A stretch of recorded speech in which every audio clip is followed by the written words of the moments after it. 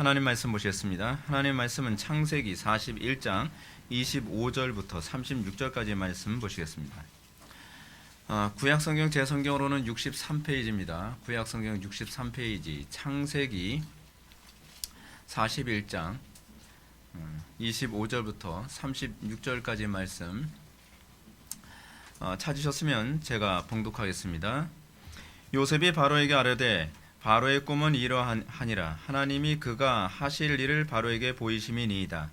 7 좋은 암소는 7회요 7 좋은 이삭도 7회니 그 꿈은 하나라. 그 후에 올라온 파리하고 흉한 7소는 7년이요 동풍에 말라 속이 빈 7 이삭도 7회 흉년이니 내가 바로에게 이르기를 하나님이 그가 하실 일을 바로에게 보이신 다음이 이것이라. 온 애굽 땅에 7회 풍년이 있겠고 후에 7회 풍년이 들므로 애굽 땅에 있던 풍년을 다 잊어버리게 되고 이 땅이 그 기근으로 망하리니 후에 든 그 흉년이 너무 심함으로 이전 풍년을 이 땅에서 기억하지 못하게 되리이다.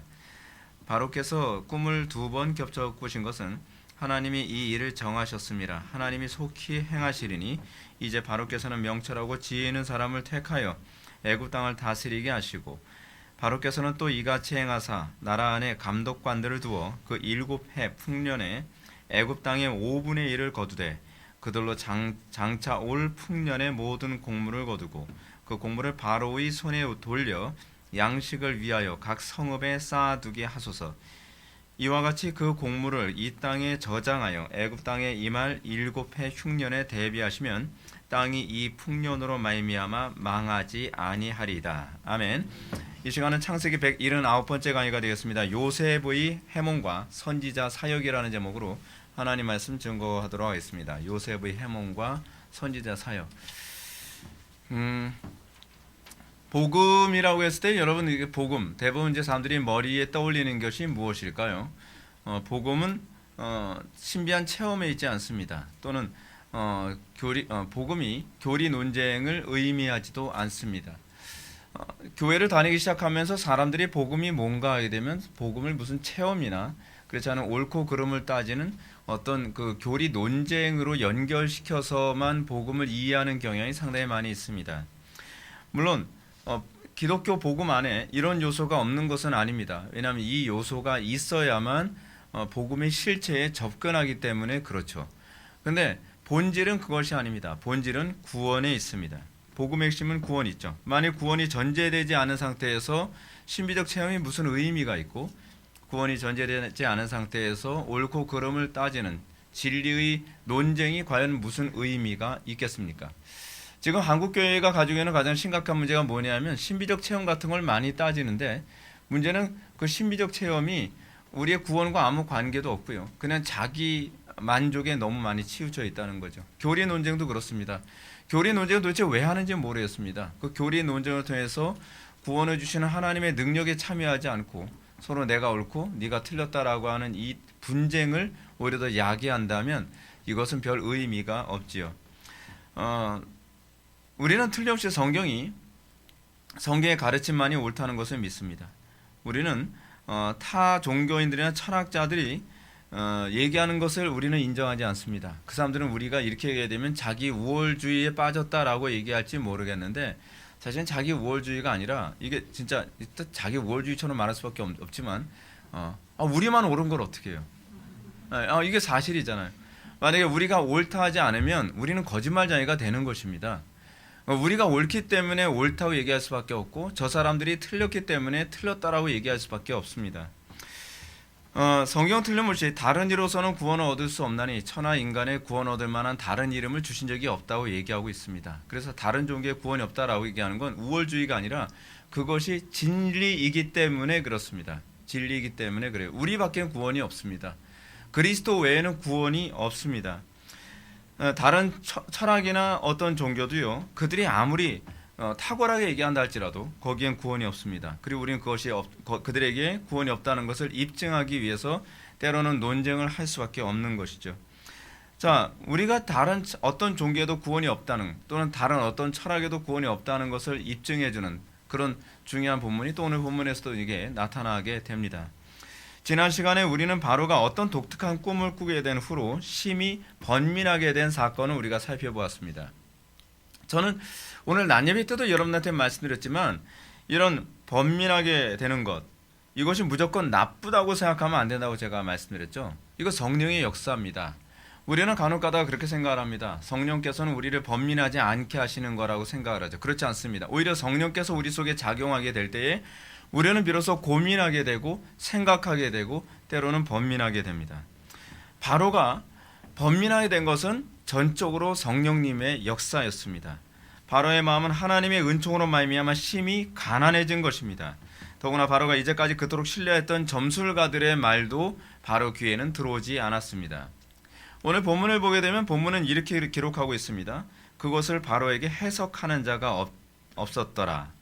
해석하는 자가 없었더라라고 하는 것은 해석을 안 했다는 얘기가 아닙니다. 이 본문이 얘기하는 바가 의미하는 바가 무엇이냐면 그들의 의견 가운데에 바로를 만족시킬 만한 의견이 전혀 없었다는 얘기입니다. 그러니까 아무도 어떤 철학자들이나 어떤 점술가들도 바로에게 만족을 줄 만한 해석을 줄 수 없었다는 것이죠. 그런데 이 해석을 누구만 주냔 말이에요. 여러분, 우리가 살고 있는 이 시대의 안타까움이 뭐냐면요. 왜 사람들이 요즘 인문학에 그토록 관심을 많이 갖죠? 왜 철학에 그토록 관심을 많이 갖고 요즘 또 이렇게 점치러 다니는 사람들은 또 왜 이렇게 많습니까? 여러분 그거 아시나요? 그 점집이 어디에 많은지 아세요? 교회 근처에 많아요. 이거 굉장히 좀 웃기는 얘기죠. 옛날에는 오히려 교회가 영적으로 살아있을 때는요, 교회 근처에 점집이 제대로 쓰지를 못했어요. 점집에 세워지면 그냥 문을 닫는 일이 비일비재했습니다. 근데 요즘에는 큰 교회를 중심으로 해서 먼저 번 교회 우리가 예배당 거의 빌딩에 있었으니까 거기서 딱 내려다보면 이게 동네가 쫙 보이거든요. 근데 큰 교회 중심으로 점집이 한 20개 넘게 있는 걸 제가 봤어요. 그리고 점집의 손님들 중에서 기독교인들이 의외로 많다는 거 이거 아십니까? 굉장히 심각한 문제입니다. 그 왜 그럴까요? 그 이유는 뭐냐면 강단에서 또는 복음을 통해 자기 삶의 문제가 해석이 안 되기 때문에 그렇습니다. 그러니까 우리가 교회에 나와서 예배 가운데 하나님의 말씀을 듣고 설교를 듣고 성경을 배우는 가운데 우리의 삶의 문제가 해석이 된다면 굳이 점집을 다닐 이유가 없고 또 인문학에 그렇게 심취해야 될 이유가 없을 것입니다. 지금 파라오가 왜 지금 점술가들이나 그렇지 않으면 철학가들의 그 당시 현인들의 말에 그토록 귀를 기울였을까요? 그 이유가 무엇이냐면 그들에게 조언을 구하지 않고서는 다르게 삶의 문제를 해석할 수 없었기 때문입니다. 근데 지금 바로의 삶에 한계에 부딪혔습니다. 그들이 현인들 또는 점술가들의 그런 조언이 하나도 와닿지 않고 그것이 현실적이지 않다는 것을 알게 된 것입니다. 그래서 그들의 바로의 마음에 가난해졌습니다. 이것이 아닐 것이다. 이것이 아닐 것이다. 하나님께서 조명해 주시는 거죠. 우리는 이 시대의 사람들이 교회를 찾아올 수밖에 없는 이유가 여기 있어야만 합니다. 세상 철학, 그게 우리에게 내 인생의 해답이 되지 않더라. 지금 그거에 절망에 빠진 사람들이 많거든요. 점집 아무리 다녀도 내 인생의 문제를 해결해 주지 않더라. 근데 교회는 해결해 줄 수 있어야죠. 전도가 그거 아닙니까? 전도란요, 사람들이 삶의 삶 속에서 소위 구원을 얻기 위해 수많은 점집을 찾아다니고 현인들을 찾아다니고 철학 공부, 인문학 공부를 하지만 자기 삶의 구원을 얻지 못하는 그들에게 구원을 주시는 하나님의 능력에 관해서 얘기하고 그렇게 복음을 전하면서 많은 사람들이 비로소 참된 해석이 여기 있었구나 하며 오게 되는 것이 그게 전도입니다. 근데 우리는 전도를 하면서도 복음을 통해 그들의 인생을 해석해 줄 줄 모릅니다. 자, 제가 약간 산포로 빠지는 것 같지만 제가 그 얘기 좀 한번 해드리고 싶습니다. 예수님께서 전도를 어떻게 하셨을까요? 사도들이 전도를 어떻게 했을까요? 성경을 잘 보십시오. 삶의 문제로 고민하고 아주 극심한 근심과 걱정에 빠져 있는 사람에게 갑니다. 그리고 예수님께서는 가나안 여인에게 말씀하십니다. 목마르지 않냐? 그렇습니다. 그 여자가 가지고 있었던 인생의 고통은 목마름이었습니다. 근데 이 목마름을 해석할 방법이 없었던 거예요. 목마름을 아무도 해석해주지 못하고 다 정죄하죠. 저 여자는 음탕한 여자야. 저 여자는 인생에서 루저야, 실패자야. 손가락질만 했죠. 근데 예수님이 그 여자를 만났을 때 해준 것이 무엇입니까? 왜 목마른지, 내 인생의 문제가 무엇인지 그것을 해석해주고 그것이 예배의 문제라는 것을 알게 해주시며 그리고 그리스도께서 인도하십니다. 거기서 그의 인생이 바뀌죠. 그게 전도입니다. 우리는 전도를 밑도 끝도 없이 예수 믿어야 천당이고 예수 안 믿으면 지옥 가. 지옥 갈래? 확 그냥 이런 식으로 협박하듯이 전도를 하는데 그게 아니에요. 예수님의 전도나 사도들의 전도를 보면요, 그들의 전도는 그들의 삶에 있어서의 문제를 주신 분이 하나님이시고, 그리고 그 문제를 하나님께서 왜 주셨는가에 관해서 면밀하게 해석해주고, 그리고 그들이 어떤 점술가들이나 어떤 그 현인들도 해석해주지 못한 해석을 난 너에게서 들었다. 오로지 그리스도께만 구원이 있음을 내가 비로소 깨달았다. 그러면서 주께로 돌아오는 거예요. 그것이 원래 전도하는 겁니다. 전도예요. 전도는 별로 저는 어렵다고 생각을 하지 않아요. 저는 개인적으로 안 믿는 사람들 만나면 전도 되게 쉽거든요. 그냥 그 사람들 다 고민이 없는 사람들이 없어요. 고민이 없는 사람들이 없는데 그 사람들에게 얘기하죠. 그러면 너는 어떻게 생각을 하는데? 그럼 뭐 일단은 좋은 대학 가고. 그럼 좋은 대학 가면 다 해결될까? 좋은 대학 갔다고 다 해결된 건 아니잖아. 그러면서 하나씩 대화를 얘기하다 보면 복음밖엔 대안이 없구나. 그걸 동의하면서 그러면서 전도가 되더라고요. 전도가 별로 어려운 게 아닌데 전도를 그냥 어렵게 생각하는 거 보면 좀 어려워요. 제 마음이. 자, 하여간 그래서 파라오가 결국 어떻게 됩니까? 해석자를 찾게 되는 거죠. 해석자. 아무도 이 문제를 해석해 주지 못하니까요. 이런 바로의 반응을 2년 동안 요셉을 잊고 지냈던 이 술 맡은 관원장이 이제 술 맡은 관원장의 기억을 자극하게 되죠. 그리고 그는 비로소 요셉과 운명적인 만남을 갖게 됩니다. 이런 바로의 모습은 지혜를 간절히 찾는 자가 나를 만나리라고 한 이 잠언의 말씀을 떠올리게 하지 않습니까? 요셉은 지금 어떤 사람이죠? 예수 그리스도의 예표잖아요. 여러분, 아무나 예수님을 만나는 것이 아니죠. 어떤 사람이 예수님을 만납니까? 잠언 말씀처럼 지혜를 간절히 찾는 자가 주님을 만나는 겁니다. 아무나 지혜를 소유하지 못합니다. 거짓된 지혜나 지식에 만족하는 사람은 절대로 주님을 만나지 못합니다. 만약에 파라오가 세상 현인들이나 그렇지 않으면 이 점쟁이들의 말에 그것으로 스스로 만족했다고 한다면, 그러니까 굳이 요셉을 만날 이유는 없었겠죠. 그렇죠? 근데 만족할 수 없었기 때문에, 그리고 간절히 온전한 지혜를 찾았기 때문에 결국 어떻게 해요? 요셉을 만나게 된 것입니다. 목마른 사슴이 시냇물을 찾아 헤매듯이 주의 진리를 찾는 사람, 그런 사람이 구하고 찾고 두드리는 가운데에 그리스도를 만나는 것입니다. 여러분 그거 아시나요? 제가 여러분한테 계속 이런 잔소리를 해서 좀 죄송한데, 기존에 교회 다니는 사람들의 회심률이 훨씬 떨어집니다. 그런 제 얘기가 아니라 조나단 에드워즈 같은 사람들의 얘기예요. 왜냐하면요, 교인들은 자기가 이미 진리를 찾았다고 생각을 하고 더 이상 진리에 대해서 고민을 안 하는 사람들이 바글바글합니다.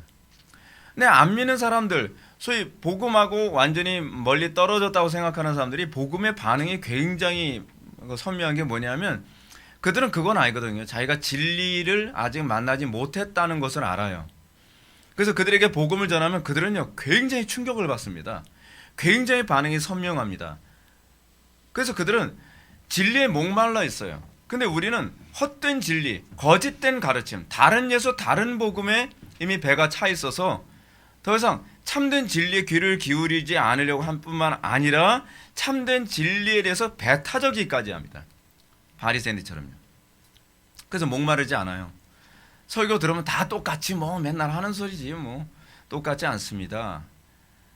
여러분들이 가장 먼저 여러분들이 바뀌어야 되는 것이 뭐냐면, 다른 예수, 다른 복음에 대해서 여러분들이 먼저 이 부분에 철저히 무너져야만 합니다. 기존 교인들이 은혜를 받지 못하는 가장 치명적인 문제는 무엇이냐면, 자기 사욕을 좇을 스승을 너무 많이 찾아다닌다는 데 있습니다. 그래서 항상 배우나 진리에 이르지 못하죠. 여러분들 설교 많이 듣는다고 해서 여러분들이 바뀌는 게 아닙니다. 누구만 진리를 만납니까? 진짜로 목마른 사람, 진짜로 목마른 사람. 간혹가다 사람들이 이런 얘기합니다. 목사님, 제가 다니는 교회에서는요, 은혜가 잘 안 되더라고요. 그럴까요? 저는 그럼 특별한 교회를 다녔기 때문에 저는 이렇게 복음에 대해서 눈을 떴을까요? 그렇지 않아요. 저는 진짜 진리에 목말랐거든요. 그래서 저는 그 교회를, 어떤 교회, 특정한 교회를 가면, 제가 이제 지나가서 보니까 그 교회도 정말 좀 말이 안 되는 교회였는데 전 거기서 은혜 되게 많이 받았거든요. 은혜를 많이 받은 이유가 뭐냐면, 그 진리의 한 방울이라도 저는 목말랐던 거예요. 진리의 한 방울. 그래서 그 목사님이 설교하시는데 그 목사님이 뭐 말도 안 되는 소리도 많이 하고 그러는데 그 가운데서도 진리의 한 방울을 하나님께서 주시더라고요. 그 설교자의 입술을 통해서요. 아, 저건 나를 위해서 저분의 입술을 움직이시나 보구나, 그런 생각이 들 정도로요. 그러면 그 한 방울 붙들고서 하루하루의 인생을 살아가는 거예요. 그러면서 그리스도를 더 가까이 만나고 더 가까이 만나고 더 가까이 만나기 시작하는 거죠. 근데 배부른 사람은요, 안 들어요. 배부른 사람은요. 지금 한국교회의 가장 심각한 문제가 뭐냐면 너무 하나님의 진리에 대해서 배불러 있다는 것입니다. 심령이 가난하지 않아요. 의에 줄이고 목마름이 없어요. 그냥 천당은 가겠지, 그런 생각으로 가득합니다. 여러분들 심령에 가난함이 항상 있기를 바랍니다. 여러분들이 더 온전히 그리스도를 만나고자 하는 열망, 더 거룩해지고자 하는 열망, 더 진리를 선명하게 알기를 원하는 열망이 여러분들에게 있어지기를 바랍니다. 여러분들이 제 설교를 10년 넘게 들으신 분도 있습니다. 또 많게는 20년 넘게 들은 지체도 있기도 하고요. 근데 여러분들이 한번 생각해 보십시오. 제가 요즘에 성령론에 관한 설교를 하지만 제 성령론에 대한 설교도 멈춰 있지 않습니다. 계속 발전하고 더 디테일해지고 더 정교해져 갑니다. 왜냐하면 저는 만족하지 않기 때문에 그렇습니다. 더 하나님을 정확하게 알 수 없을까? 더 하나님을 더 가까이 대할 수 없을까? 더 기도를 더 선명하게 할 수 있는 방법은 없을까? 계속 고민하고 구하고 찾고 두드리고 구하고 찾고 두드리기 때문에 그렇습니다. 저는 제가 제일 두려워하는 것이 뭐냐면 만족하게 되는 것입니다. 더 이상 발전하지 않아도 될 거라고 생각하는 만족감에 빠질까 봐 두렵습니다. 근데 감사한 건 저는 요즘 제 설교에 불만이 너무 많다는 거예요. 그래서 제가 요즘 굉장히 괴로워요. 그래서 우리 집사람하고도 며칠 전에도 그 얘기했습니다. 내 설교는 왜 이토록 가볍고 부족할까? 그것 때문에 제가 너무 괴로워요. 너무 괴로워요. 더 탁월해질 수 없을까?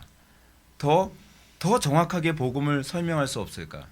오늘도 제가 낮 예배 때 설교하기 전에 예배당에 오면서 그랬어요. 하나님, 제가 더 정확하고 그러나 쉬운 언어로 모든 사람들이 알아들을 수 있게 그렇게 설교할 수 없을까요? 그렇다고 신학적인 어떤 디테일이나 깊이는 낮아지지 않고 더 깊은 것을 다 전달할 수 있으면서요. 그런 거에 굉장히 제가 스트레스를 많이 받거든요. 근데 그런 스트레스가 없으면 우리는 더 이상 하나님하고 관계하지 않습니다. 배부른 사람은요, 저주받은 겁니다. 화 있을진저 너 배부른 자야. 우리는 배불러서는 안 됩니다. 우리는 항상 목말라야 되고 우리는 더 줄여야 됩니다. 더 가난해야만 합니다. 우리는 더 주님을 가까이 알기 원하고 우리는 주님을 더 선명하게 알기 위해서 우리는 목마른 사슴이 시냇물을 찾아 헤매는 것처럼 내 영혼이 주를 찾기에 갈급하나이다라고 고백할 수 있어야만 합니다. 그런 사람은 신앙이 절대로 디프레스 되지 않습니다. 여러분들에게 이 놀라운 은혜가 부어지기를 주님의 이름으로 축원합니다.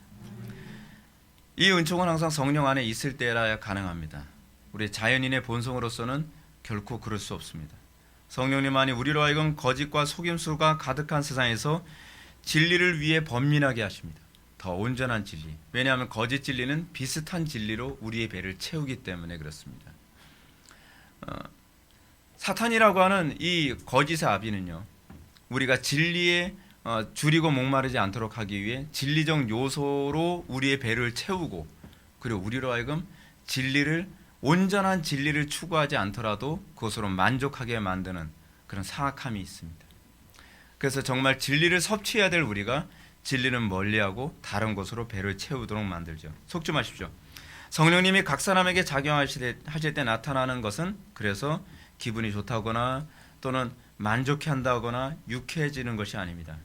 도리어 우리는 진리를 가까이 함으로 말미암아 우리 심령은 더 목마르게 될 것입니다.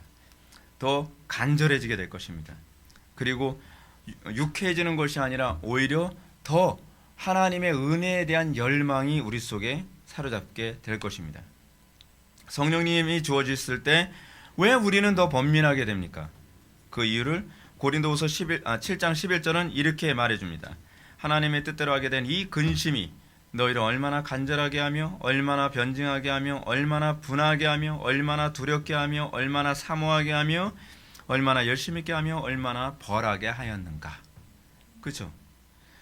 성령님이 주시는 근심, 성령님이 주시는 번민은 우리를 하여금 더 간절하게 합니다.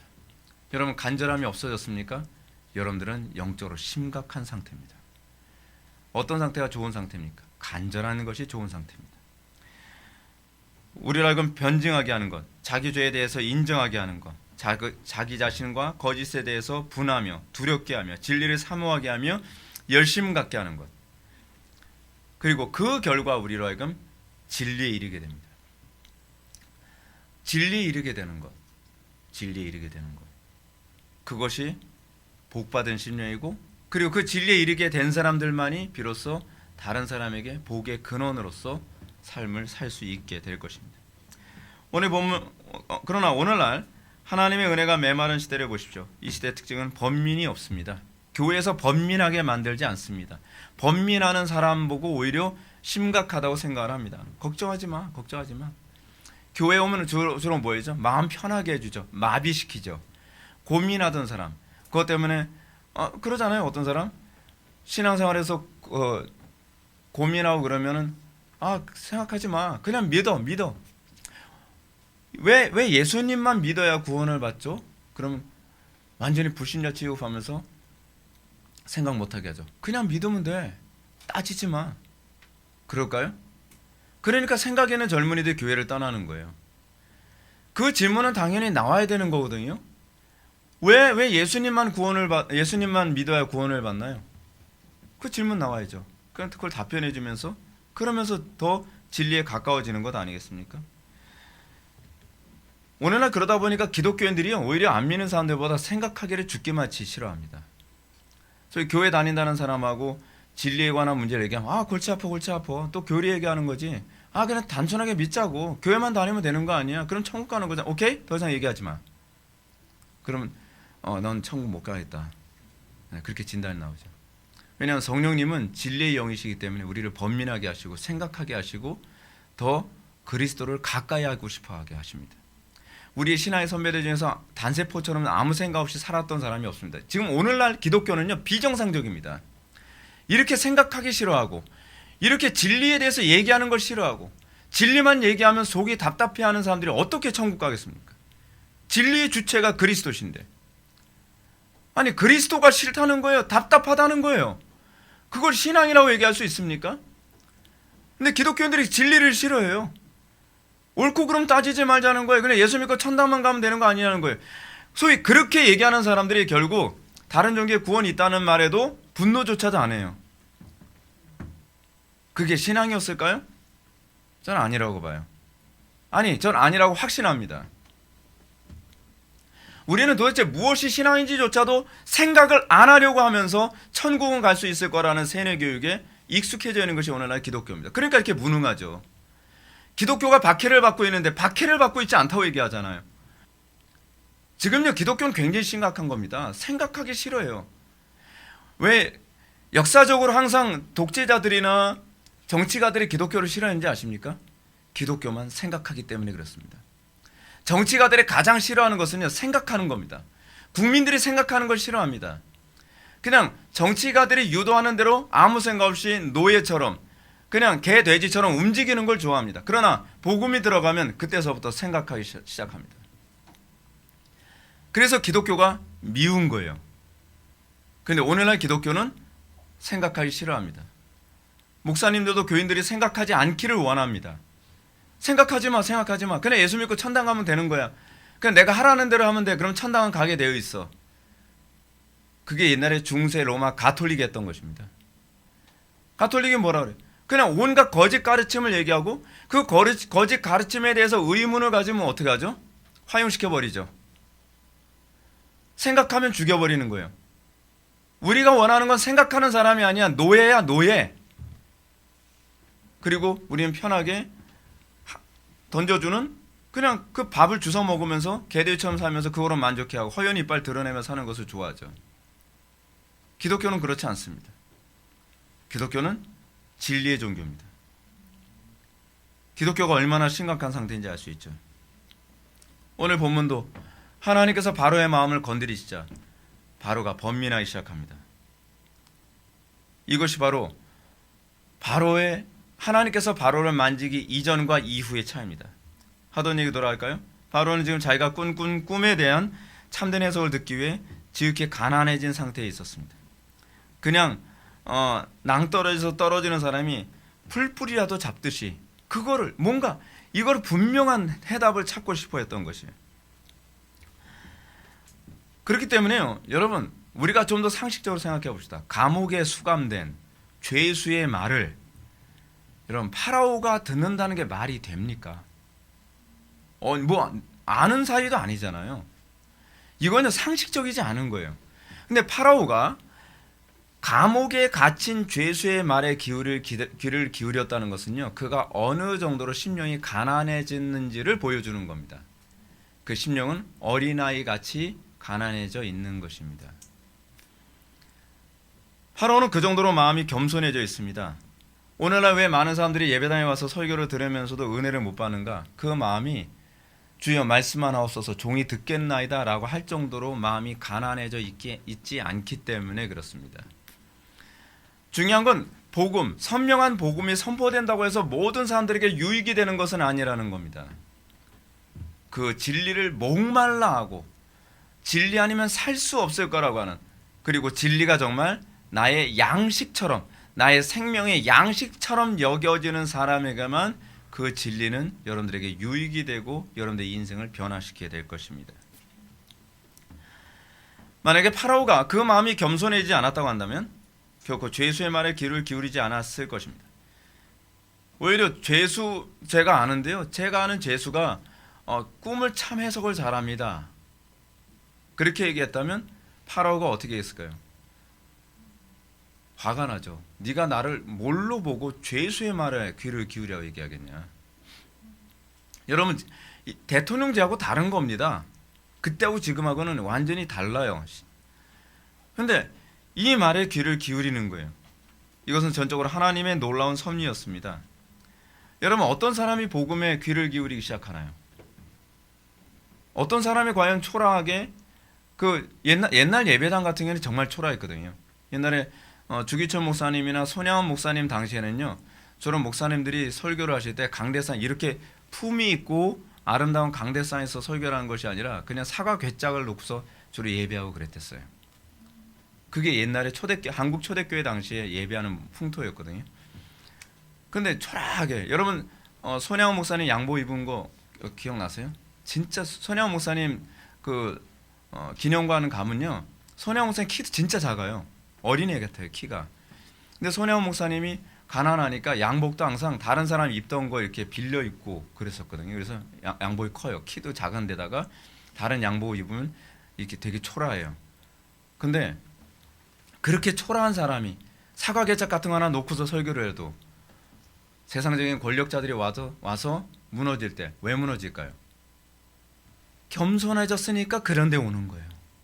마음이 가난해지니까 그 말씀에 귀를 기울이기 시작하는 거예요. 마음이 가난하지 않은 사람은 그래, 네가 얼마나 배우는지 보자. 아이고, 뭐 나보다 배운 게 없네. 네가 똑똑해? 여러분, 여러분들이 지금 강단에 설교 듣는 건요, 여러분들이 저보다 덜 똑똑하기 때문이 아닙니다. 그냥 하나님의 말씀이기 때문에 듣는 겁니다. 그것이 우리가 하나님의 말씀 앞에 반응하는 태도입니다. 하나님께서는 파라오의 마음을 겸손하게 하셨습니다. 이런 하나님의 놀라운 섭리 가운데 요셉과 바로의 역사적인 조우가 시작됩니다. 근데 여기서 이 파라오와 요셉과의 대화에서요, 그가 얼마나 겸손해진지 볼 수 있는 흔적이 굉장히 많아요. 15절과 16절 말씀을 한번 보시겠습니다. 15절과 16절 말씀 다 같이 읽겠습니다. 시작.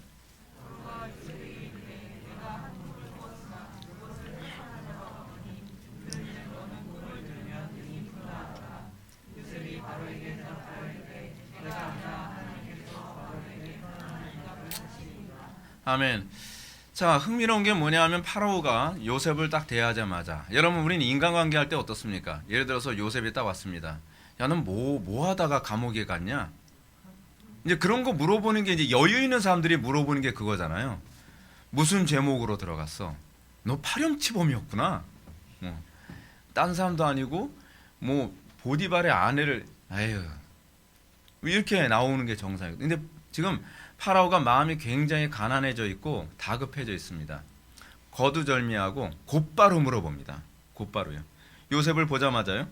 내가 한 꿈을 꾸었으나 그것을 해석하는 자가 없더니 들은즉 너는 꿈을 들으면 능히 푼다 하더라. 이렇게 얘기가 나옵니다. 이게 요셉이 끌려오자마자 곧바로 질문하는 거예요.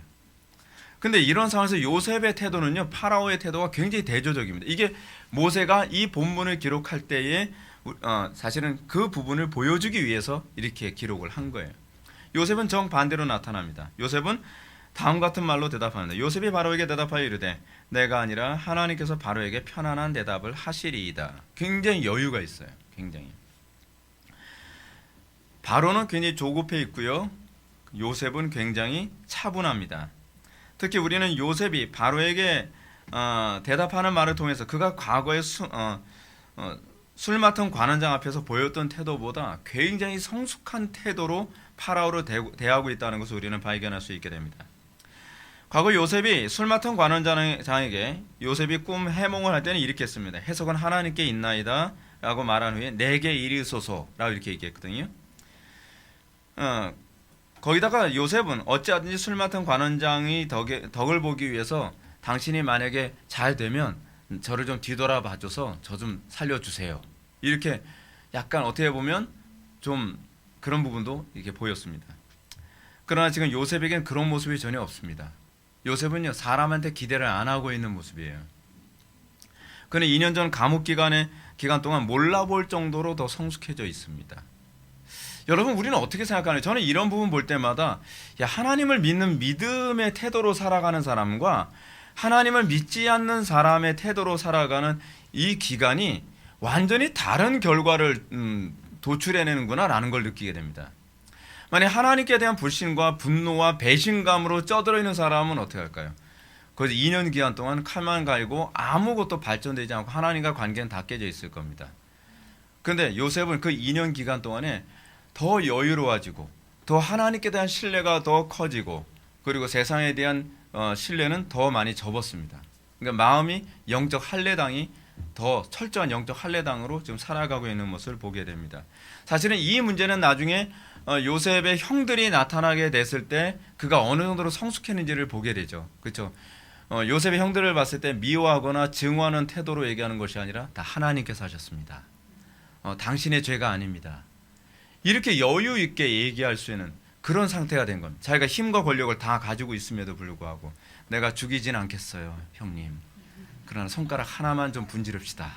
뭐 그렇게 나올 수도 있을 텐데 그렇게 하지 않는단 말이에요. 예. 자, 이 바로의 질문에 대해서 대답하기를 앞서 내가 아니라 하나님께서 바로에게 편안한 대답을 하시리이다라는 말로 모든 영광을 하나님께 집중하고 있는 것을 보게 됩니다. 어찌 보면 요셉은 지금 애굽의 신으로 불리는 파라오 앞에서 무례해 보일 수도 있습니다. 우리는 굉장히 시대착오적으로 생각을 해서 하다 보니까 이 본문을 그냥 쉽게 넘겨가는데요. 파라오는 신입니다. 그 당시에요. 그러니까 이집트 안에서는 그 삼일체라고 얘기해야 되나? 하여간 세 신이 있어요. 라, 태양신, 그리고 아들 신으로서 파라오, 그리고 또 하나의 신이 뭐가 있는데 이 세 개의 신으로서 파라오는 신의 위치에 있는 거거든요. 그래서 파라오의 말은 신의 말의 대변자라고 하는 이런 생각을 하고 있어요.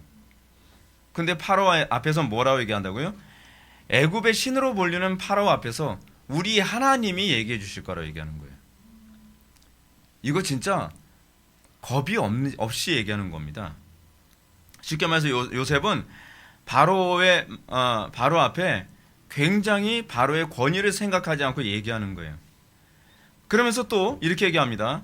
파라오가 네가 말하라 라고 얘기하는데 요셉은 뭐라고 얘기하냐면 제가 말하는 것이 아니라요. 제가 말을 좀 바로 잡아드리겠습니다. 하나님께서 하실 겁니다. 이거는요, 사실은 고대 사회에서는요 이렇게 얘기하면 안 돼요. 근데 요셉은 지금 그렇게 얘기하고 있습니다. 바로의 말에 어떻게 보면 딴지 거는 것처럼 얘기합니다. 원래 아랫 사람들은요 귀에 거슬려도 네 제가 대답해 드릴게요. 속으로 그래도 하나님께서 하시는 건데 이런 식으로 하는 게 아니라 그냥 하나님이 영광으로 가는 거예요. 이게요 여러분 별거 아닌 것 같은데 이게 이 2년 기간 동안에 그가 하나님과의 관계가 얼마나 성숙했는지를 보여주는 부분입니다. 한낱 죄수가 파라오의 표현을 문제 삼고요, 꿈의 해석을 줄 분은 내가 아니라 하나님이십니다 라고 얘기할 수 있다는 것은 그의 믿음이 얼마나 담대하고 성숙한 믿음인지를 보여주고 있는 것이죠. 과거 2년 전만 하더라도 어찌하든지 술 맡은 관원장에게 잘 보여서 감옥을 빠져나가는 것만 이 마음에 품고 있었던 요셉이 이제는 자신이 더 심한 상태에 떨어질 수도 있고 오히려 파라오의 심기를 잘못 건드려서 더 끔찍한 인생을 살게 될 수 있음에도 불구하고 요셉은 하나님의 영광 드러내는데 더 초점을 맞추고 있습니다. 이러한 요셉의 모습에서 우리는 그가 얼마나 하나님과 완벽하게 함께하는 삶을 살았는지, 그가 얼마나 더 성숙하고 더 성화된 그 기간을 보냈는지를 우리는 쉽게 알 수 있습니다. 그는요, 하나님의 자비에 대한 신뢰가 더 견고해진 겁니다. 하나님은 자비로우시다. 하나님은 그의 백성을 철저히 보호하시고 그의 백성들을 철저하게 선한 길로 인도하시는 분이시다라고 하는 것을 그는 믿고 있었던 것입니다. 사랑하는 성도 여러분, 우리에게 이런 모습이 생겨나길 바랍니다. 고난당하면서 하나님과 더 멀어지는 것은요, 신앙이 아닙니다. 교회사 안에서 보게 되면요, 하나님의 백성들은 고난 때문에 하나님과 더 가까워졌다고 고백합니다. 근데 신앙이 없는 사람은요, 고난 때문에 하나님하고 더 멀어졌다고 불평하고 그 핑계와 이유를 댑니다. 자, 이걸 일반 은총적 차원에서 한번 생각해 볼까요? 썩은 나무에는요, 물이 부어지면 부어질수록 더 빨리 썩습니다. 근데요, 살아있는 나무에게는요, 물이 많이 부어지면 부어질수록 더 크고 더 높게 자랍니다. 우리가 하나님의 생명이 있다고 한다면 하나님께서 우리에게 주신 다양한 우리에게 은혜를 주시는 방식이 있습니다. 때로는 고난이 될 수도 있고요, 때로는 하나님께서 자비로우신 방법이 될 수도 있고요, 다양한 방법으로 하나님께서 우리에게 역사하실 때 그것 때문에 내가 썩었다라고 얘기한다면 나는 하나님과의 관계가 아니다라고 얘기하는 것이 될 겁니다. 그러나 오히려 그 과정 때문에 나는 더 성숙했고 그 과정 때문에 하나님과 더 가까워졌고 그 과정이 있었기 때문에 내가 오늘 이 모습을 소유할 수 있었다라고 고백할 수 있을 거라는 사실이죠. 신앙이냐 아니냐는 고난의 때에 그 실체가 드러납니다. 신앙인은 고난 때에 오히려 더 정금같이 나옵니다. 그러나 신앙인이 아닌 사람들은 그 고난 때문에 더 썩게 되었다라고 핑계를 댑니다. 이것이 생명이 있는 사람과 생명이 없는 사람의 차이이죠. 여러분, 요셉은 이 기간 동안에 연단됐습니다. 더 정금같이 나왔습니다. 그는 이제 사람에게 대한 헤세드, 그 어떤 신뢰는 더 기대할 것이 없다. 이제는 하나님의 헤세드만을 기대하는 것이 그것이 현명하다라고 하는 것을 더 철저히 깨달았습니다. 그것 때문에 그는 더 이상 사람 두려워하지 않고 하나님만 두려워할 수 있는 신앙으로 견고하게 세워질 수 있는 거죠. 특히 배도의 시대 같은 이 시대에서 우리가 믿음을 굳건하게 지키는 방법은 세상에 대한 신뢰를 포기하고 하나님께 대한 신뢰가 더 견고해질 때에 여러분들이 더 이 기간 동안에 하나님을 가까이 하고 더 성숙될 수 있을 것을 믿으시기 바랍니다. 우리가 잘 아는 다니엘을 봅시다. 그에게서 우리는 요셉과 동일한 태도를 발견해야 됩니다. 그는 다리오가 바벨론 임금으로 있을 때 자기를 모함해서 죽이려는 관리들이 한 30일 기간 동안만 다른 어떤 신에게도 기도를 하지 못하게 하라고 하는 조서를 알고도 그럼에도 불구하고 그는 의연한 태도를 견지했습니다. 그는 하늘의 하나님께 하루 3번씩 창문을 열고 예루살렘을 향해서 기도했죠. 다니엘의 이런 모습은 요셉처럼 어떤 사람에게도 헤세드를 기대할 수 없다는 것에 대한 태도를 그대로 보여주고 있는 것입니다. 여러분, 오늘날 우리가 왜 자꾸 인간관계에서 자꾸 배신을 하고 행동이 자꾸 달라지죠? 그건요, 사람에게 너무 신뢰를 하기 때문에 그래요. 하나님을 신뢰하고 하나님만이 자비로우시며 하나님만이 우리를 보호하신다는 것에 대한 이 믿음, 이거 없으면 이거 신앙이 아니죠. 이거 없는데 도대체 뭘 신앙이라고 얘기해요? 전 여러분한테 질문 던지고 싶어요. 도대체 뭐가 신앙입니까? 그때그때마다 하나님께 대해서 배신하고 그때그때마다 내 마음대로 살아가는데 도대체 뭘 신앙이라고 얘기하는지 전 모르겠어요. 신앙이라는 게 뭐죠? 하나님께 대한, 하나님의 속성에 대한 신뢰 아닌가요? 그것 때문에 우리는 다른 사람들이 다 선택하는 그런 유리한 것도 우리는 거부하고 오히려 나에게 손해가 되는 거 알면서도 내가 이걸 선택하면 불리할 것 알면서도 우리가 그걸 선택하는 것 아니겠습니까? 자, 그러면 바로의 꿈에 대한 요셉의 해석을 한번 들어볼까요? 우리는 이제까지 바로의 꿈이 어떤 것인지 잘 알고 있죠. 뭐 더 이상 이 부분에 관해서 다시 얘기하지 않아도 여러분들 잘 알 거라고 생각합니다.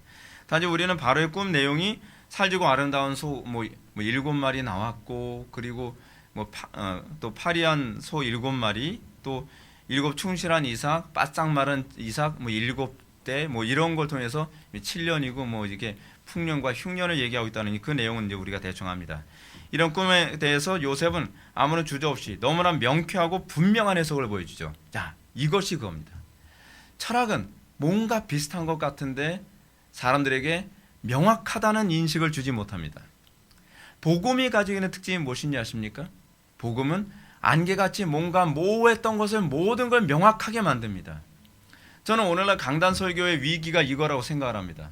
오늘날 사람들은 강단 설교 들으면서 모든 것이 그래도 모호하다고 생각합니다. 그러나 여러분들이 강단 설교를 통해서 여러분들이 기대해야 될 것은 명확성입니다. 명확하지 않으면 우리는 믿음을 지켜낼 수가 없습니다. 이것일 수도 있고 저것일 수도 있는 식의 설교를 통해서 믿음을 어떻게 지켜냅니까? 복음의 정확성, 이거는 로이던스 목사님이 하시는 말씀이기도 하거든요. 복음은 명확해야 됩니다라는 거예요. 복음은 이렇게도 해석하고 저렇게도 해석할 수 있어서는 안 됩니다. 왜냐하면 그렇게 되면 얼마든지 타협하고 얼마든지 배도할 수 있기 때문에 그래요. 요셉의 해석은 파라오가 들을 때 클리어했습니다.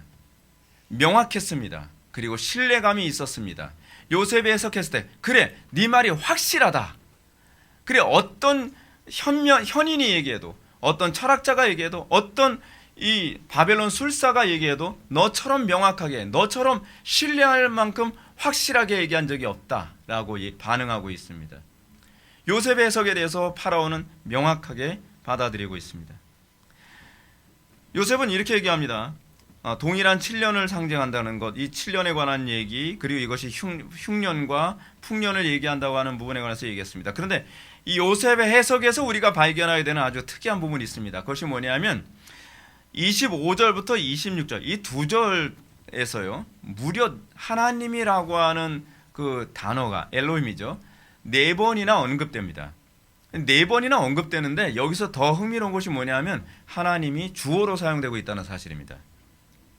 25절부터 25절, 28절, 32절 이 부분을 이제 보시면 좋을 것 같습니다. 먼저 25절 보면 요셉이 바로에게 아뢰되 바로의 꿈은 하나라, 하나님이 주어죠, 그가 하실 일을 바로에게 보이심이니이다. 28절 내가 바로에게 이르기를 하나님이 그가 하실 일을 바로에게 보이신다 함이 이것이라. 또 32절 바로께서 꿈을 2번 겹쳐 꾸신 것은 하나님이 이 일을 정하셨음이라, 하나님이 속히 행하시리이다.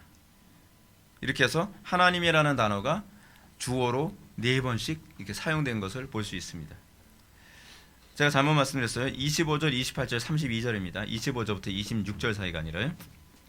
자, 하여간 다시 말해서 요셉은 단순히 꿈 해석을 주시는 것이 하나님의 주권임을 계속적으로 강조하고 있습니다.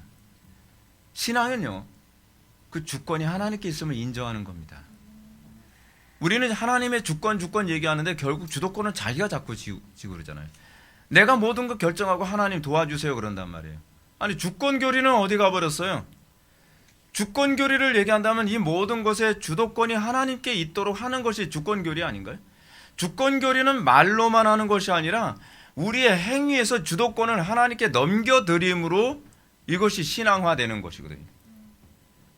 요셉은 지금 얘기하면서 감히 파라오 앞에서 하나님께서 라고 4번에 걸쳐서 그 주어를 하나님으로 얘기하고 있습니다. 요셉의 발언은 파라오를 매우 혐오스럽게 느끼게 만들 수 있는 표현이라는 거 알고 계십니까? 왜냐하면 당시 이집트 종교에서 바로는 신이었는데 지금 요셉이 자기가 섬기는 신을 주어로 삼아서 마치 다른 신은 아무것도 아닌 것이냐 이렇게 얘기하고 있다는 사실입니다. 이 신이 바로 요셉이 바로가 꿈을 해석할 능력이 없어 히브리 노예를 감옥에서 끌어올려 세웠다는 것도 매우 불쾌한 문제일 수도 있습니다. 근데 여기다가 요셉이 자기 신을 주어로 삼아서 애굽의 신 앞에서 말한다는 것은 파라오에게 굉장히 혐오스럽게 느껴질 수 있죠. 그러나 요셉은 이러한 압도적인 분위기 앞에서, 그 당시에 그 파라오 앞에서는 굉장히 압도적인 분위기잖아요. 근데 그 압도적인 분위기 앞에서 하나님의 주권을 선언하는 것에 조금도 거리낌이나 두려워하지 않습니다. 예전에 제가 이제 이게 쉬운 일이 아니라는 걸 제가 언제 느꼈었냐면, 제가 이제 옛날에 합기도를 잠깐 좀 할 때가 있었는데, 합기도 도장에서 이제 처음 시작할 때 뭘 하냐면요, 태극기에 이렇게 절을 하면서 시작하는 걸 하거든요. 그래서 국기에 대해서 뭐 경례신가 뭔가 하게 되면 다들 딱 엎드려서 절을 딱 합니다. 근데 남들 다 절할 때 저 혼자 고개 딱 숙이지 않고 고개 뻣뻣이 드는 게 쉽지가 않더라고요. 예. 남들 다 절하는데 저 혼자 딱 이러고 있었거든요. 그때 관장이 딱 보더니 넌 뭐야? 그래서 저 예수 믿는 사람인데요. 근데 남들 다 저럴 때 갑자기 움찔하더라고요. 근데 이거 딱 이러고 있으니까 그래 알았어. 근데 파라오 앞에서 알았어 그러지 않거든요. 예. 왜냐하면 파라오는 돈 내고 가는 데가 아니잖아요. 예. 예. 합기도 도장은 제가 돈 내고 가는 거니까 제가 오히려 더 당당할 수 있는데 그래도 그게 쉽지 않더라고요. 근데 요셉이 지금 그런 태도를 견지하고 있는 겁니다. 그 가운데서 하나님의 주권을 얘기하는 거예요. 하나님의 주권. 이게 신앙입니다. 어려울 때 반응하는 방식이 신앙입니다. 요셉이 바로 앞에서 말하는 태도가 주는 충격은 여기서 끝나지 않습니다. 29절을 보면 우리 한글 성경은 번역되지 않았는데요. 요셉은 여기서 이렇게 히브리어로 히네라고 하는 말을 사용하거든요. 그 킹제임스 버전이나 NIV 성경에도 아마 그게 번역이 돼 있을 거예요. Behold라고 이렇게 돼 있을 겁니다. Behold 또는 히네가 이게 뭘 의미하냐면 보라라고 하는 말이거든요. 근데 이 보라라고 하는 말은 있어도 그만 없어도 그만일지 모르겠는데요. 히브리어에서는 이 behold, 이 보라라는 말이 딱 나올 때는 이게 선지자들이 사용하는 어법이에요. 근데 이 선지자 어법을 사용하고 있는 거, 이게 굉장히 중요한 부분입니다. 사실 신학적으로. 그래서 29절을 직역하면 보라, 7해가 올 것입니다 라고 얘기합니다. 그러니까 선지자들이 왜 보라라고 얘기했을까요? 확실성 때문에 그렇습니다. 그러니까 선지자들의 예언은요, 이럴 수도 있을 겁니다가 아닙니다. 항상 구약에서 선지자들은 그 예언이 현실보다 더 확실성이 있을 정도로 얘기하기 때문에 그 앞에 수사어구로 보라라고 하는 말이 항상 붙습니다. 구약 선지자들이 예언할 때 하나님의 신적 권위를 가지고 반드시 이루어지게 돼서 될 것에 대해서 확신을 가지고 항상 이런 표현을 사용하는 거죠. 그거잖아요. 예를 들어서 우리가 뭔가 확신이 있을 때, 자 봐봐, 이거 봐봐, 되나 안 되나 봐. 그럼 그 정도로 확신을 가지고 있다는 거거든요. 이게 구약의 선지자들이 예언에 대한 확신이 이 정도예요. 그래서 목에 칼이 들어와도 얘기할 수밖에 없는 게 뭐냐면 그냥 추측이 아니기 때문에 그렇습니다. 그럴 수도 있을 걸, 우리 교회가 성장할 수도 있을 걸, 그게 아니에요. 반드시 내년 이맘때는 새로운 예배당에서 뭐 이렇게 그런 얘기는 이런 식이라는 거예요. 그냥 예를 들면 그런다는 얘기예요. 저는 이제 그런 식의 예언을 할 줄 몰라요. 그렇다는 얘기예요. 자, 그런데 요셉은 지금 자신의 꿈 해몽에 대해서 너무도 확신하고 있으며 그런 해몽에 대한 자신의 행위를 선지자적 사역으로 이해하고 있는 거예요. 이것이 요셉이 자기 발언에 대한 자기 이해예요. 그러므로 요셉은 구약의 선지자들이 흔히 하던 것처럼 비록 애굽의 신으로 여겨지던 바로 앞에서도 서슴지 않고 하나님을 주어로 말했던 것입니다. 자기는 선지자로 얘기하고 있다고 생각하고 있는 거예요. 이 모습은 어떤 면에서 바로 앞에 서서 하나님의 말씀을 대언하던 모세의 모습을 또 떠올리게 합니다. 이 의도적인 수사법이기도 한 거예요. 지금 단순한 바로의 호기심을 풀어주기 위해 꿈 해몽을 주는 것이 아니라 하나님의 뜻을 사명감을 가지고 이 모세가 파라오 앞에서 담대하게 얘기하던 그런 태도를 다시 이것을 통해서 비춰주고 있는 것이죠. 요셉의 선지자적인 태도는 이러한 두 가지 방식, 하나님을 주어로 말하는 것과 보라라고 하는 이 어법으로 끝나지 않습니다. 그의 선지자적인 태도는요, 이제 33절부터 36절에 언급된 구체적인 대책을 제시하는 것에서 좀 더 선명하게 나타납니다. 제가 말씀드리고 싶은 부분이 바로 이겁니다. 사실은요. 이런 태도가 바로 구약 선지자들의 특징입니다. 구약 선지자들은요, 대책도 없이 예언만 하는 사람이 아닙니다. 여러분, 우리는 선지자직에 관해서 뭔가 좀 잘못 이해하고 있는 부분이 하나 있으니까 부족하게 이해한다고 생각을 해야 되겠죠. 우리는 선지자직을 뭐라고 얘기하냐면 생각하냐면 해석하거나 앞날을 예언하는 것이 선지자직의 전부라고 생각을 합니다. 그렇지 않습니다. 구약의 선지자직의 핵심은 무엇이냐면 대책을 얘기하는 겁니다. 하나님이 이렇게 진노하셨다, 하나님이 이러하시다, 그리고 이 일에 대한 해석은 이것이니 이것이다, 고로 너희들은 회개해야 된다, 고로 너희들은 무엇을 해야 된다, 고로 무엇을 해야 된다에 대한 구체적인 대안을 제시하는 것이 선지자들이 했던 일입니다. 하나님의 형벌에 관해서도 구체적으로 얘기합니다. 구약의 선지자들은 모호하게 얘기하지 않습니다. 그것이 구약의 선지자들의 특징입니다. 선지자들은 여러분 우리가 복음을 전할 때도 우리가 하나님의 성령의 감동으로 얘기할 때는 구체적이고 명확하며 그리고 신뢰감 있게 얘기합니다. 그러나 그것으로 끝나지 않고 그것에 대한 해결책, 그것에 대한 솔루션을 명확하게 얘기할 수 있는 것이 선지자직의 핵심입니다. 그래서 예를 든다면요, 구약에서 선지자들은 왕 앞에서 하나님의 뜻을 계시한 후에 회개를 촉구하죠. 그러므로 왕은 이렇게 회개하십시오. 예를 들어서 다윗이 범죄했을 때 뭐라고 얘기합니까? 하나님께서 진노하셨습니다. 고로 다윗은 이렇게 회개하셔야 됩니다. 당신에게 이러이러한 형벌이 내려질 것입니다. 당신은 어떻게 할 겁니까? 당신은 전염병으로 하나님께 진노를 받겠습니까? 아니면 대적에게 쫓기겠습니까? 그 형벌을 받고 나면 이것이 해결될 겁니다. 너무 구체적이죠. 또 이스라엘에 극심한 가뭄이 왔었습니다. 가뭄이 왔더니 선지자가 와서 얘기합니다. 왕이시여, 이 가뭄을 해석은 이것이니 그 이전 왕 사울 왕이 기브온 사람들을 무참히 죽였기 때문에 그렇습니다. 고로 기브온 사람들의 원한을 풀어줄 때에 이 가뭄이 끊어지게 될 것입니다. 구체적으로 대안을 얘기하죠. 그래서 기브온 사람들이 어떻게 합니까? 사울의 후손들을 잡아다가 싹 죽이고 나니까 그때서부터 비가 다시 오기 시작을 하잖아요. 선지자들은 대책 없이 예언만 하고 정죄만 하는 사람이 아닙니다. 반드시 얘기하고 그것에 대해서 대책을 얘기하는, 그리고 분명한 길을 제시해주는, 그게 선지자거든요. 길을 제시해주는 것. 우리는 길을 제시해주지 않습니다. 오늘날 기독교가 자꾸 소외당하고 사람들한테 손가락질 받는 이유가 뭐냐면 정죄만 할 줄 알았지 분명한 길을 제시하지 않고 있다는 것이 문제입니다. 저는 요즘에 우리 기독교 안에서 낙태 잘못됐다 그것만 얘기하는 것이 아니라 낙태나 동성애에 관한 문제에 있어서 잘못을 얘기하고 그것을 갈 방향을 정확하게 제시하고 우리가 실천하고 사람들이 이끌어가는 것, 이게 바로 선지자직이에요. 그래서 우리는 선지자직 하면 맨날 전도만 하는 걸 선지자직이라고 생각하잖아요. 아니에요. 이 불신 세계를 향해서 어느 방향으로 가는 것이 하나님께서 기뻐하신다라고 하는 것을 구체적으로 제시하고 사람들을 끌고 가는 것, 그것이 선지자직이 가지고 있는 특징입니다. 자, 요셉은 바로의 꿈을 하나님의 이름으로 해석한 후에 구체적인 대책을 왕에게 요구함으로써 이러한 선지자직의 특징을 완벽하게 보여주고 있습니다. 오늘날 우리 개혁파 교회가 지금 잘못하고 있는 부분 중 하나는 뭐냐면 교리 가지고 뭐가 맞았다 뭐가 틀렸다라고 하는 이런 얘기를 굉장히 많이 하는데, 그리고 나서 그러면 어떻게 해야 되나요? 그러면 별로 대안을 제시 못해요. 예를 들어서 요즘 개혁파 교회가 그러잖아요. 관상기도 틀렸다, 무슨 기도가 틀렸다, 뭐가 틀렸다 얘기해. 오케이, 우린 그거 반드시 제시해야만 합니다. 여러분 그거 안 하면 안 돼요.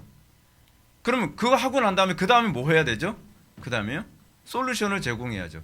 그러므로 우리는 이런 방향으로 가야 된다. 성경이 가르치는 기도란 이런 것이다. 그리고 이 기도를 통해서 구체적인 열매를 보여줄 수 있어야 돼요. 나의 삶 속에서. 한국교회가 가정이 깨졌다 어졌다, 가정에 대해서 한국교회는 이런 거 회개해야 돼, 회개해야 돼, 그리고 가능 회개해야 돼, 어쩌고, 오케이. 그럼 그 다음에 어떻게 해야 돼요?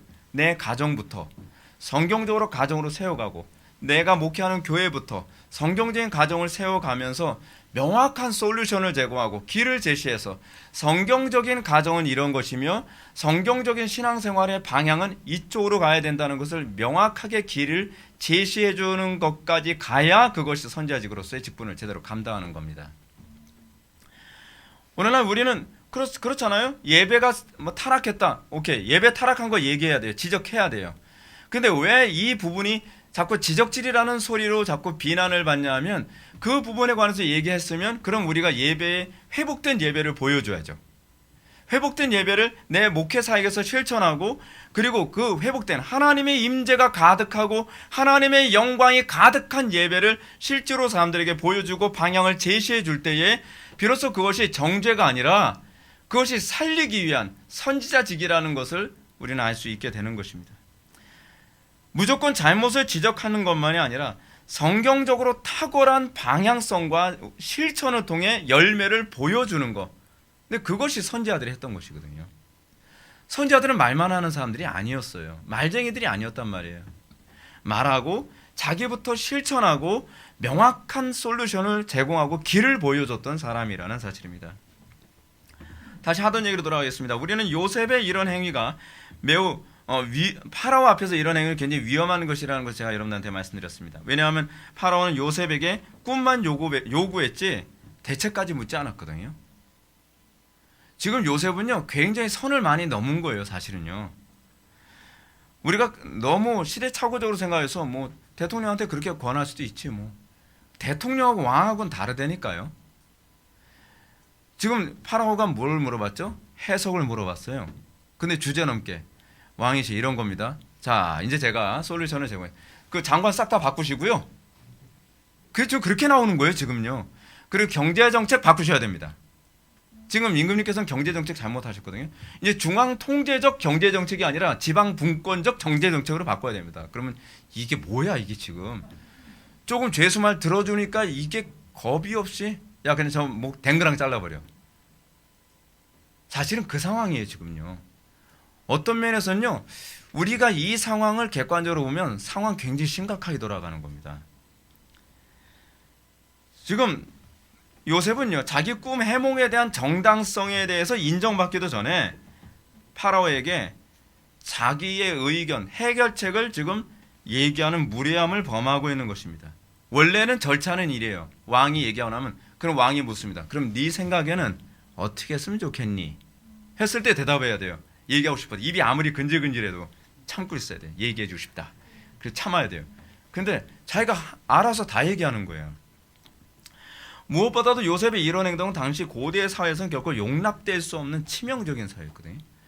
옛날에는 아무리 바빠도 왕이 허락하지 않으면 나오면 안 돼요. 여러분 에스더서를 보면 아시잖아요. 와이프조차도 왕이 허락하지 않은데 왔다. 그러면 그냥 죽여요.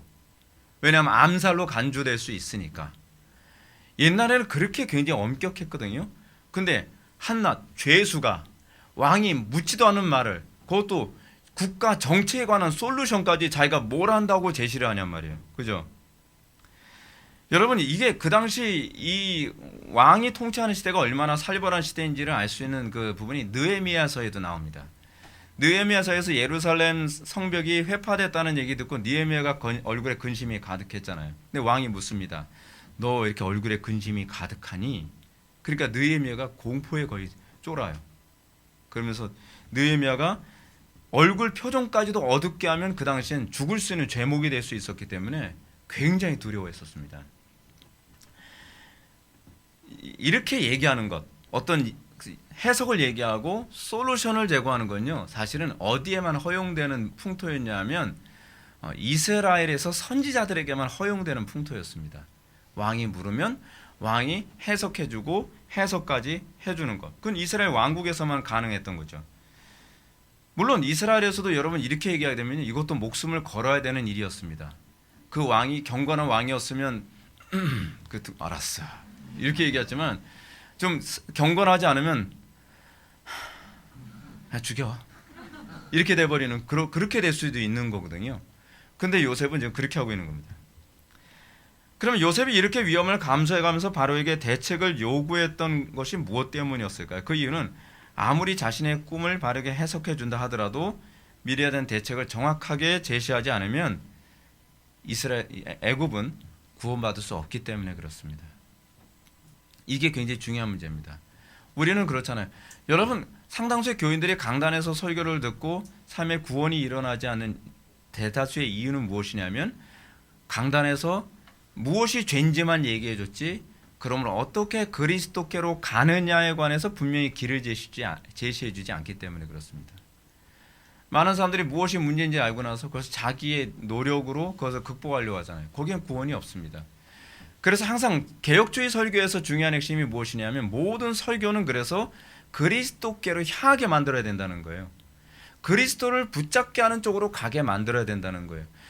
궁극적으로 그리스도를 붙잡게 하는 쪽으로 방향성을 제시해주지 않으면 거기서 구원이 발생하지 않습니다.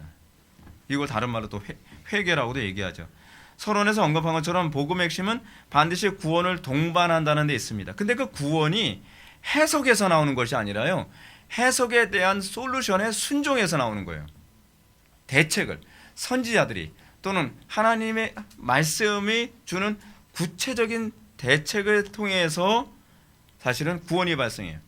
그러니까 뭐를 의미하냐면 복의 근원이 되는 핵심은요, 사실은 대책을 제시해 주면서 복의 근원이 되는 거예요. 아무리 무엇이 옳고 그른지, 무엇이 죄인지, 인간의 상태가 얼마나 비참한 상태인지, 거기서 사람들에게 구원이 오질 않습니다. 그러므로 그리스도께로 돌아가라. 그러므로 회개해야 된다. 그래서 그 사람들이 하나님께서 원하시는 그 길로, 그 방향으로 가도록 만들어 줄 때 비로소 그 사람들이 복을 받는 것이고, 그 대책을 얘기했을 때 복의 근원이 되는 거죠. 한국교회가요, 만약에 틀렸다, 잘못됐다, 죄다라고 하는 것만 외칠 뿐 분명한 방향을 제시해 주지 못한다고 한다면 교회는 복의 근원이 안 됩니다. 오늘날 교회가 회개해야 될 부분이 그겁니다. 자기도 길을 몰라요. 근데 틀렸다고만 얘기하는 거예요. 틀렸다는 건 누구나 다 알아요.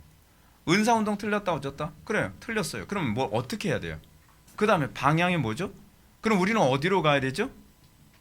그렇잖아요. 한국교회가 틀렸다, 뭐가 틀렸다? 틀렸다는 걸 얘기하는 건 좋아요. 그러면 틀렸다고 한다면 그럼 이제는 어디로 가야 되는 거죠? 제가 아는 어떤 분이 그런 얘기합니다. 강원도 쪽에서 어떤 분이 개혁파 이제 사역을 하시는 분이신데 초청을 받아서 설교를 했어요. 설교를 했는데 많은 사람들이 그 설교를 듣고 난리가 난 거예요. 왜냐하면 자기가 들어보니까 자기는 회심하지 않았거든요.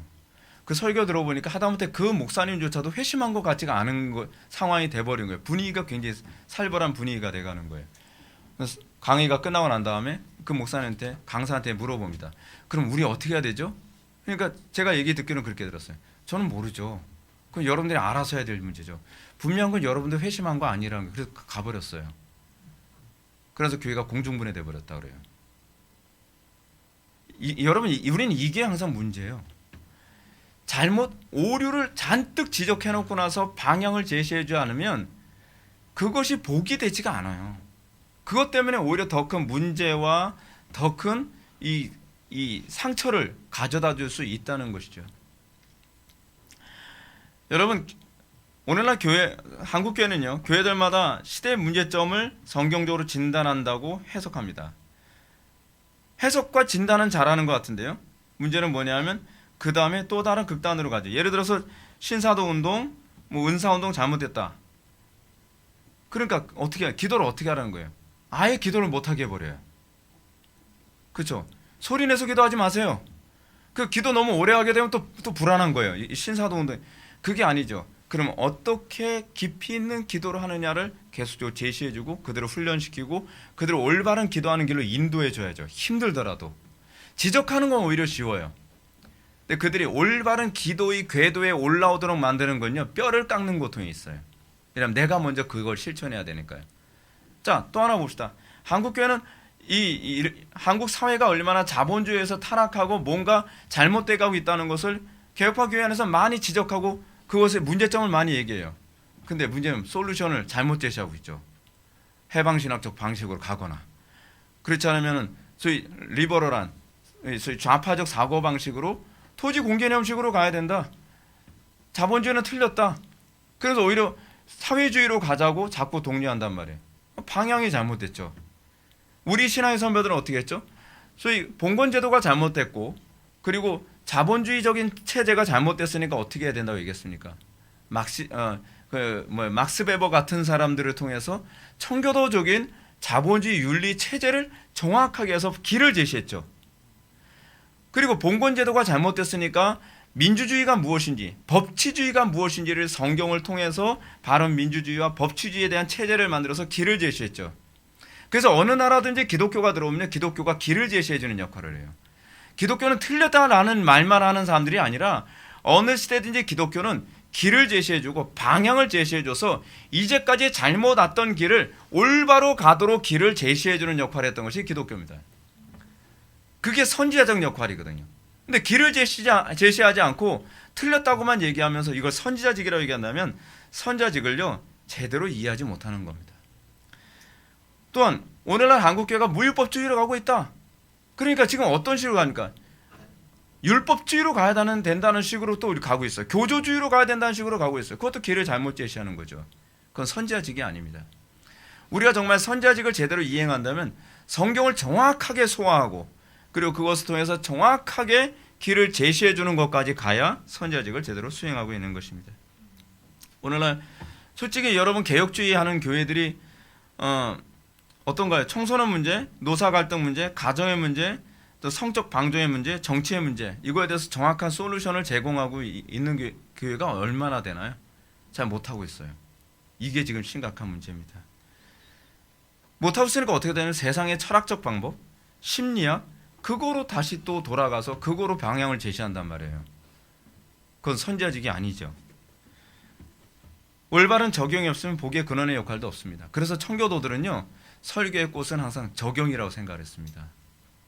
아무리 교리를 많이 얘기해도 적용이 없는 설교는 사실은 의미가 없다고 얘기를 하는 거죠.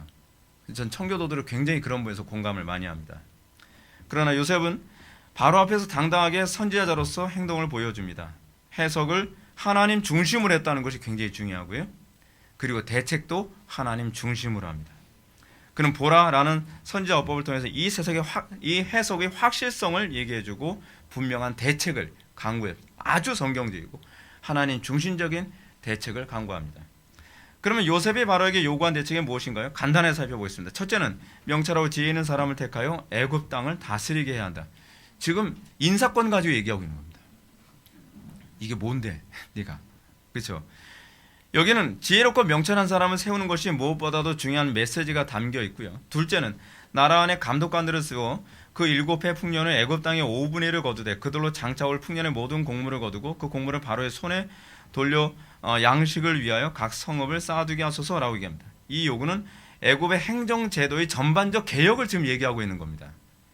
이제까지 중앙에서 곡식과 세금을 통제했지만 지방의 자치권을 맡겨서 지방에서 곡식을 더 많이 비축하고 애굽에 소외되는 지역 없이 원활한 수급과 배급이 가능하도록 해야 된다라고 이 행정 시스템 전체에 대한 개혁을 얘기하고 있는 거예요. 이 죄수가요.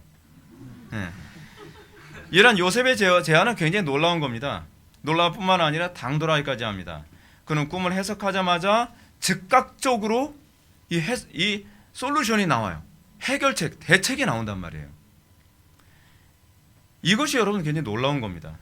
우리는 요셉의 이런 탁월한 대책을 대책이 어떻게 가능했는가, 그것도 어떻게 즉흥적으로 그 순간 가능할 수 있었는가. 물론 성령의 조명하심이 있었기 때문에 가능한 거죠. 근데요, 그 이전에 요셉이 살아온 그 인생이 이것을 할 수 있을 만큼 준비되어 있기 때문에 가능했다는 사실입니다. 그는 성실했습니다. 하나님께서 주신 환경에 불평과 원망으로 살지 아니하고 충성과 헌신으로 인생을 살아왔습니다. 요셉이 이런 상황에 처할 줄은 몰랐겠죠. 그러나 그것과 관계없이 요셉이 그렇게 살았기 때문에 이런 상황에서 탁월한 선지자직을 감당할 수 있었던 것입니다. 어쩌면 그의 인생은 선지자로 만들어지는 과정이었는지도 모릅니다. 우리도 그렇습니다. 우리가 삶 속에서 우리는 어떻게 하나님께 쓰임받을지 모릅니다. 그러나 우리의 삶 속에서 날마다 순간순간 성실하게 하나님과의 관계를 정확하게 해가면서 살 때에 우리는 다양한 사람들을 만나게 될 것이고 그 상황에서 그들에게 선지자직으로서 명확한 솔루션을 제공할 수 있게 될 것입니다. 저도 제가 생각을 해보면 그렇습니다. 제가 전도사 시절 때서부터 굉장히 많은 어려움, 난관을 극복하면서 여기까지 왔는데요. 지금 여기까지 와서 제가 느끼는 것이 뭐냐면 제가 생각지 못했던 사회나 정치적 풍토, 여러 가지 어려운 상황에서 이렇게 솔루션을 제공할 수 있었던 것은 그 기간 안에서 쌓았던 많은 경험들, 하나님과의 관계, 성경에 대한 이해력, 이것이 다 종합이 돼서 그게 가능했다고 생각을 합니다. 우리의 삶의 매 순간순간은 그냥 주어진 것 없습니다. 뭔가 하나님께서 어떤 목적을 위해 훈련시키는 과정일 수 있습니다. 그 모든 순간마다 우리는 성실하게 하나님께 순종하는 법을 배워야만 할 것입니다.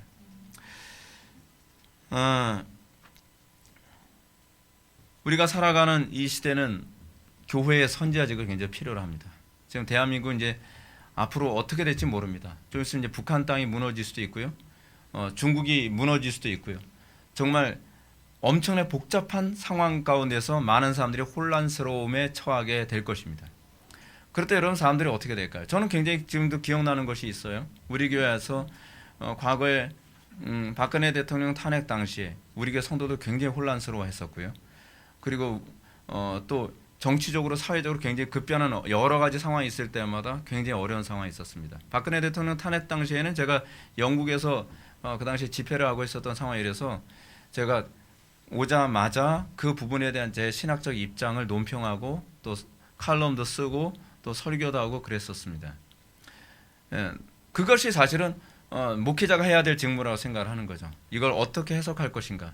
한 번도 겪어보지 못한 상황을 제가 가지고 있는 신학적 통찰력으로 해석해주고 그럼 우리는 어떻게 대처해야 될 것이며 어떻게 우리는 이 일을 우린 반응해야 될 것인가를 얘기해 주는 것.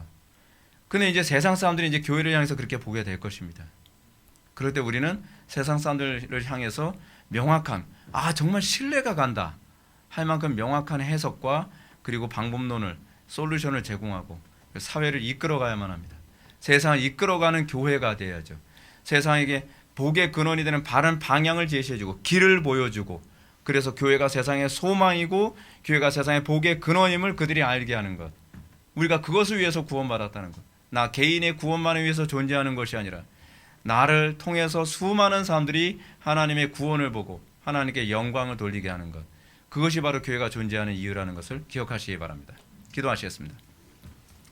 사랑이 많으신 하나님, 우리가 오늘 이 시간 요셉의 선지자적 사역의 모습을 보면서 오늘날 이 시대의 교회가 어떻게 그 삶을 살아가며 어떻게 하나님의 영광을 위하여 살아갈지에 대해서 좀 더 선명하게 알게 해주심을 감사드립니다. 우리의 삶에 있어서 우리가 지적으로 현실을 해석하고 교리적으로 해석하는 것으로 끝나지 않게 해주시고 우리가 구체적으로 주의 말씀대로 순종함으로 이 땅의 선지자직으로서 대책을 분명하게 제시하고 어두운 세상에 길을 제시할 줄 아는 그런 현명한 그리스도인들이 되게 은혜 베풀어 주옵소서. 예수님의 거룩하신 이름으로 기도드리옵나이다. 아멘.